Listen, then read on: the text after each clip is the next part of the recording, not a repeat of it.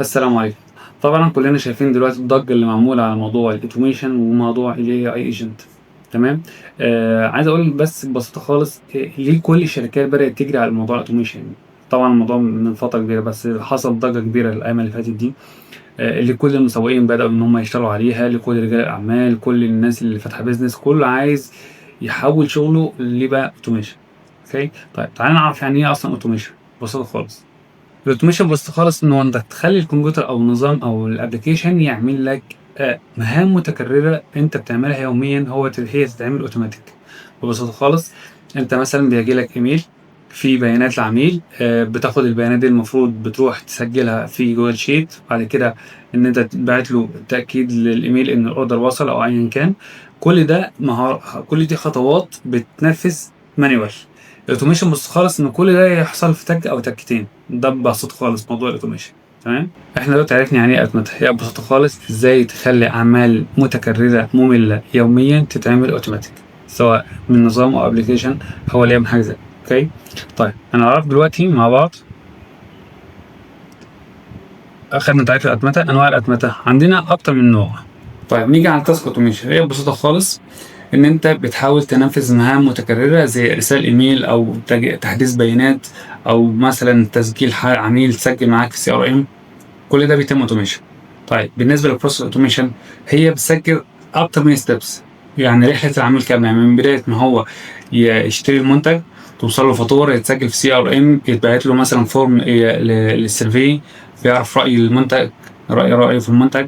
فكل ده بprocess أوتوميشن. طيب الRPA دي خاصة بروبوتس، الروبوتس. تمام. بعد كده هنيجي على الAI automation، هي إزاي أستخدم الذكاء الاصطناعي في إن هو يكون له رأي، ياخد action. يعني مثلًا بعت لي حد، بعت لي إيميل، فشوف الشخص ده هل هو مسجل عندي في الويب سايت. لو مسجل عندي في الويب سايت ابعت له مثلًا رد عليه بالطريقة دي، لو مش مسجل ابدأ سجله وابعت له message مثلًا. لو مثلًا عامل فورم وباقدّم خدمة معيّنة وفي كذا حد مَلى الفورم، فباقول له لو العميل الbudget بتاعه مثلًا أكتر من $2000 ده وصّله لي ابعت له الرسالة دي، لو أقل من $2000 وصّل له الرسالة دي، وهكذا. باخلّيه ياخد action بناءً على structure أنا مدّيها له من البداية. نيجي ليه أتعلم automation. أولًا مهارة مطلوبة في السوق. بقى الموضوع الفكرة كلها إن أنت بتحاول تطلع من الred ocean للblue ocean، بدل ما تخش في حاجة فيها زحمة. لأ إحنا بنشوف مجال ما فيهوش منافسة كبيرة جدًا، بنبدأ إن إحنا نكون من الأوائل الموجودين فيه. تمام. طبعًا الأجور فيه عالية جدًا، خاصةً على مواقع freelance، يعني مثلًا الساعة ممكن من 20 ل$90، سواء على upwork أو fiverr. طبعًا ده بالساعة غير الproject كامل، غير لو حد اشتغل في شركة، فكل ده بيختلف في موضوع الراتب.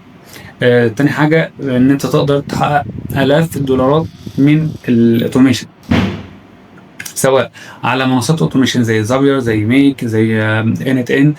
سواء أنت هتبني agent أو هتعمل template وتبدأ تبيعها أو تشتغل consultant. طيب إيه الميزة كمان؟ إن الموضوع مش محتاج كود، مش محتاج إن أنت تبقى مبرمج وعندك خلفية برمجية وتقدر إن أنت تكتب كود. لأ، في منصات low code يعني كود بسيط، وفي منصات no code ما تكتبش كود خالص فيها. طيب نيجي بقى على فوايد الautomation. ببساطة خالص أي حاجة هاقدر إن أنا أوفّر بيها وقت ومجهود وفلوس، دي لازم هتلاقي هي فيها حاجة automation. يعني ما دام هاستخدم automation هاقدر إن أنا أوفّر راحة سواء ليّا أو للعملا أو الناس اللي شغالين معايا. هاقدر إن أنا أوفّر فلوس، هاقدر إن أنا أعمل scale أكبر وأكبّر الشغل بتاعي. هاقدر إن أنا أوفّر مصاريف كتير جدًا، سواء على موظفين كانوا بيعملوا حاجة زي كده أو على system أنا كنت شاريه. تمام. ده بالنسبة لفوائد الautomation. وبكده نكون خلّصنا الجزء ده إن شاء الله، وهنعرف مع بعض في الجزء الجاي إيه هو الhost، إزاي نعمل host على n8n، إزاي نستخدمها أصلًا، وإيه أنواع الهوستات، وإيه الأفضل بالنسبة لي. تمام. استنوني إن شاء الله في الفيديو الجاي.